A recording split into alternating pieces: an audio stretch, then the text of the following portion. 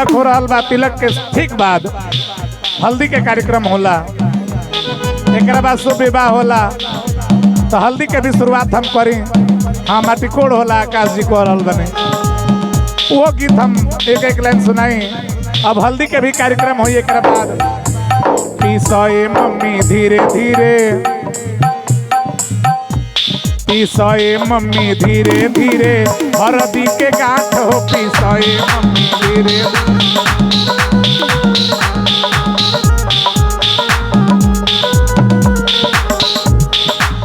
पहली हरदिया तोहर फुआ जी लगई जा,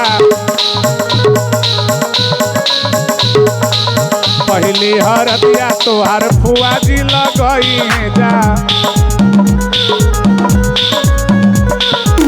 तब तू लगई ह मामी, तब तू लगई ह मामी, मामा जी के साथ हो पीसए मम्मी धीरे धीरे, हरदी के गांठ हो पीसए मम्मी धीरे धीरे, हरदी के गांठ हो पीसए मम्मी धीरे धीरे,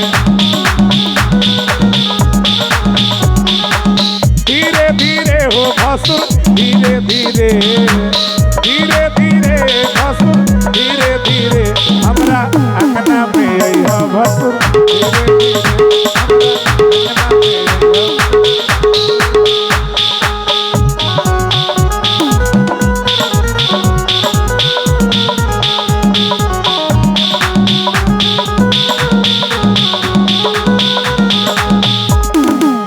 दूसरी हरदिया हमार मौसी जी लगावेली, दूसरी हरदिया हमार मौसी जी लगावेली।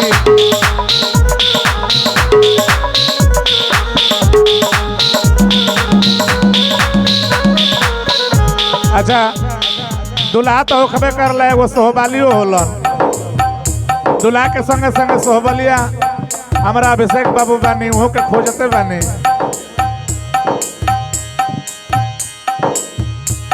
कि दुल्हा के संगे एगो आवेलन सोहबाली, कि दुल्हा के संगे एगो आवेलन सोहबाली, ताके लनी एने ओने कहवा बालो साली।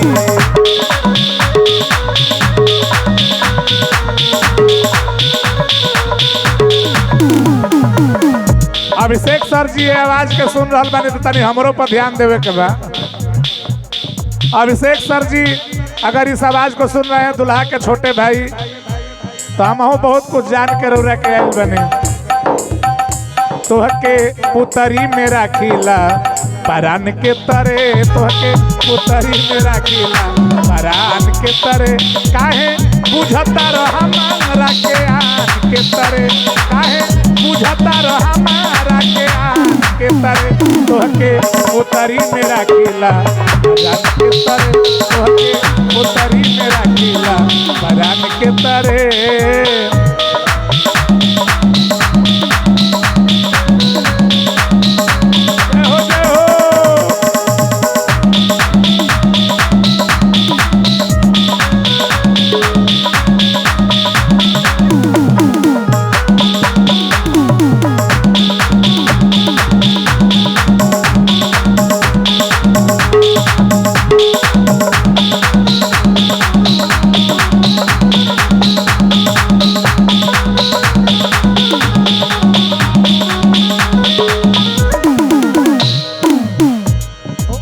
तीसरी हरदिया हमार मौसी लोग लगई है जा, तीसरी हरदिया हमार मौसी लोग लगई है जा।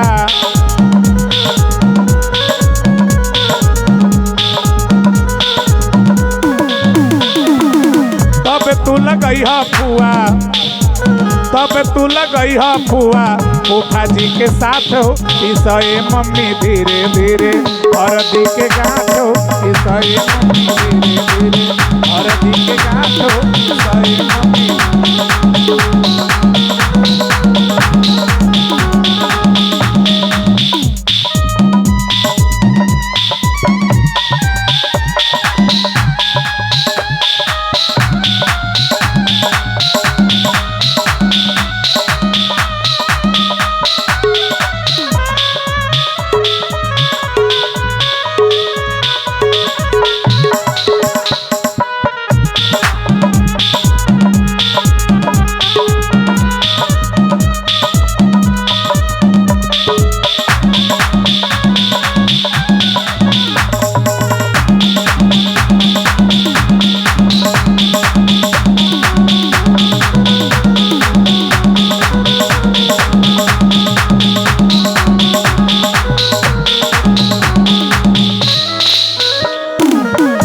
अच्छा यही गीतिया के देवरिया जिला में गोरखपुर में यही लोग गावेला।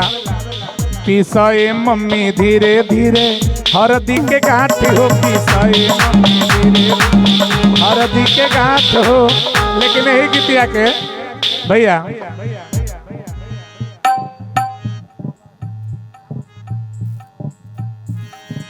देखिए बहुत बढ़िया ऑर्गेनिस्ट हमारा गोरखपुर के धरती से ये सावंत बाबू बनी गोरखपुर में रउरा ऐसे ही लोग गीतिया गावत है। लेकिन हमारा बलिया जिला में जब रुआ कीबोर्ड लेके जाए जब बजावे खातिर के जब रुआ के बलिया में बोले तो यही गीतिया के लोग कैसे गावेला।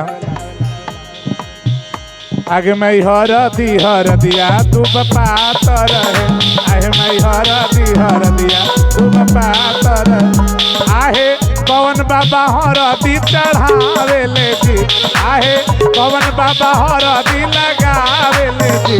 आहे बाबा से अपन बाबा हो, आगे मैं हर दिया डूब पात रहे।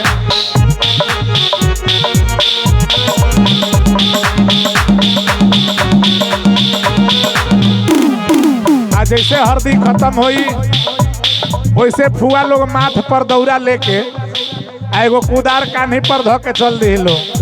आ तब कहाँ जाए लो कौन गीतिया गवाई।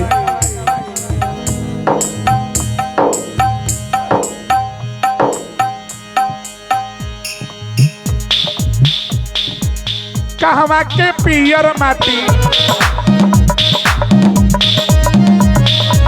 कहवा के पियर माटी कहाँ के कुदार हो, कहवा के पियर माटी कहाँ के कुदार हो। कहवा के सासु सुहागिन माटी कोड़े जात हो, कहवा के सासु सुहागिन माटी कोड़े जात हो, कहवा के सासु सुहागिन।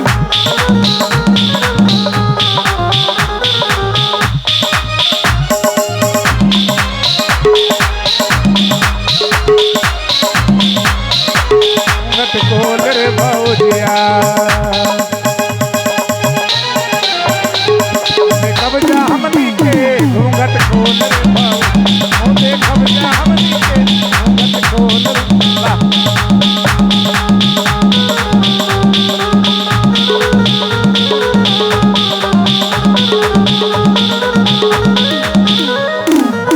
देखिए दुल्हा के मौसी लोग बानी लो आ दुल्हा के मम्मी से कहो कि कुल गीत गावतनी, हरदी पर के गावतनी, मटिकोड़ गावतनी। आई कुल के नेग हमार बाकी रहता। भाई तिलक वाला गौनी है तो तिलक के गवाही मिल गईल। अब हरदी वाला गौनी, मटिकोड़ो गौनी, हर चीज के नेग होला। हमने के धनंजय बाबू के मम्मी जी खातिर के कहवा के पियर माटी कहाँ के कुदारी है, कहवा के पियर माटी कहाँ के कुदार है। कहवा के सासु सुहागिन माटी कोड़े जात है।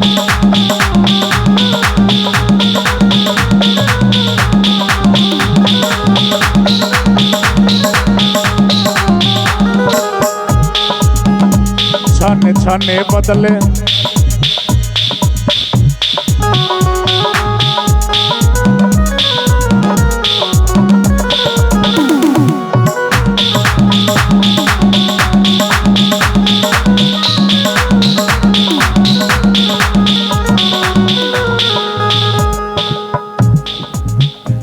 देखिए बहुत हमने के महाराज जी